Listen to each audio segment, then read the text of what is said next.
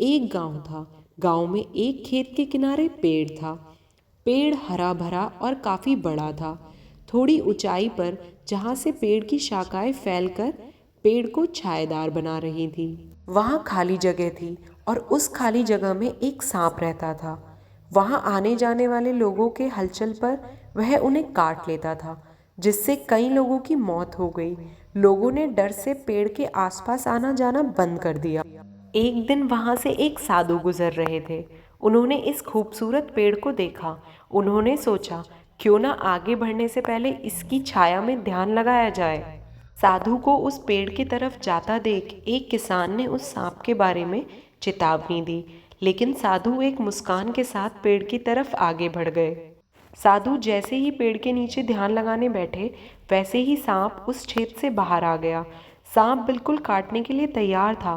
तभी साधु ने सांप की आंखों में देखकर मंत्र का जाप करना शुरू किया। मंत्र के जाप से सांप में बात करने की शक्ति आ गई। सांप ने कहा, यहाँ आने की किसी की हिम्मत नहीं होती। मनुष्य, क्या तुम्हें मुझसे डर नहीं लगता? क्या तुम नहीं जानते यह मेरा इलाका है? साधु ने कहा, मुझे किसी चीज से डर नहीं लगता। इसमें डरने वाली क्या बात है? मैं मौत से नहीं डरता। मैं जीने की इच्छा भी नहीं रखता हूँ।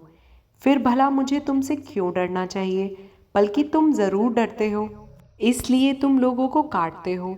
तुम्हें डर है लोग तुम्हें मार देंगे। सांप हैरान था।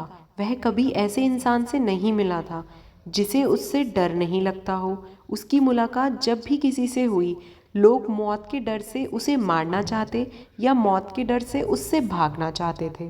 सांप साधु के पैरों में लिपट कर बोला, आप सच कह रहे हैं। आज तक मैंने जितने लोगों को काटा, उसका एक मकसद था कि मैं जिंदा रह सकूं। साधु ने कहा, तुम सच बोल रहे हो मेरे दोस्त, लेकिन यह मत भूलो, एक दिन जीवन खत्म हो जाएगा। जिसे एक दिन नष्ट ही हो जाना है, उसके लिए किसी की जान लेना उचित नहीं है। साधु की बातों का सांप के ऊपर बहुत प्रभाव पड़ा। उसने तय किया कि वह अब किसी को नहीं काटेगा।